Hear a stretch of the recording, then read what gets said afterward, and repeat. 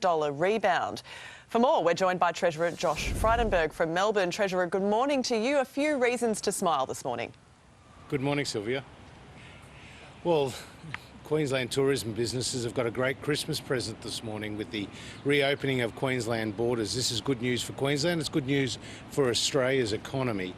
More than 200,000 people are employed in Queensland's tourism businesses, and it's worth more than $20 billion a year. So for Queensland to be beautiful one day and perfect the next, they need to keep their borders open, and this is great news. So Queensland's Treasurer claims that 120,000 jobs will be created over the next 18 months. They're desperately needed. Where will those jobs be? Well, obviously, we're creating jobs right across the economy. We've seen jobs coming back in manufacturing and retail and hospitality, and obviously with the borders reopening in tourism as well. So Queensland will be no different to other states that have seen a strong rebound in the jobs market. 350,000 jobs have been created already since the start of September. There are more than 250,000 job ads that are out there, and even after this first COVID recession in Australia, and the first recession we've seen in nearly 30 years, the unemployment rate today, Sylvia, is actually lower than when we came to government, and we want to get it lower still. Okay. So that's our focus, creating more jobs. Treasurer, Anastasia Palaszczuk hasn't been able to promise absolutely rock solid that the border will stay open for good now. Does that worry you? Well, I think it's important for all the state premiers to keep the momentum in the economic recovery going. And what they can do to help that happen is to actually keep their borders open. They need to stay calm and carry on and not get spooked by the Omicron variant. We obviously took a decision to pause for 2 weeks the opening up of those international borders to more skilled workers and international students. That was a precautionary measure.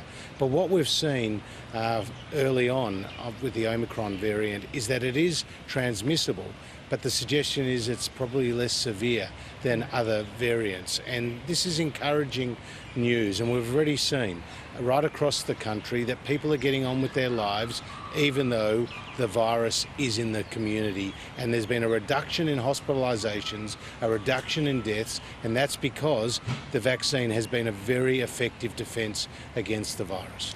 Australia's booster shot program, this was big news on the weekend, has been fast-tracked to help contain the Omicron variant. How will that affect our return to normality? Well, there's an additional 2 million Australians who will be able to now get that booster shot before Christmas. More than 750,000 people have already had that booster shot. We've got plenty of vaccines here in Australia, the Moderna and the Pfizer vaccine, which are both available as the booster shot. So this is good news. More people will get that extra layer of defence against the virus. And of course, we've already seen nearly 90% of people are now being fully vaccinated, which is very strong. It's very strong indeed, isn't it? Now, the government, we hear this morning, is extending its small business loan scheme. How long is it being extended for, and what exactly will be available to businesses? So we're extending these loans for small businesses that have a turnover of under $250 million. They can get loans of up to $5 million for up to 10 years duration. It can be secured or unsecured. It can be used to refinance existing loans, or if you're a manufacturer, upgrade your production line, or if you're a tradie, go and get some new tools, or if you're a cafe, to go and get a new kitchen. These loans we've had in place since the start of the pandemic. It's gone through a few iterations, but basically we're guaranteeing these loans 50-50 with the banks in order to support the recovery, and they'll go out till June next year, so for an additional 6 months than originally planned. Okay, and the SMH this morning is reporting that more tax cuts are on the cards early next year. So who's in line for those cuts?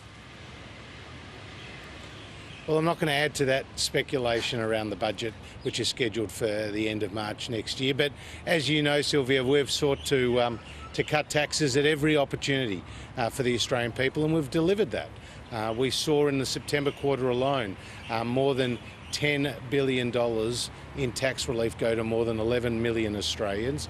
We've seen small business taxes come down to their lowest levels in 50 years. We've provided business investment incentives that's going to see investment up 16% on what was originally forecast, and we've also sought to provide other support for households in many other ways, like JobKeeper, the JobKeeper program, which has helped keep people in jobs. So at every turn, at every step of the way through this crisis, the Morrison government has been there for Australian families and businesses. OK, Treasurer Josh Frydenberg, we appreciate your time this morning. Thank you very much for joining us.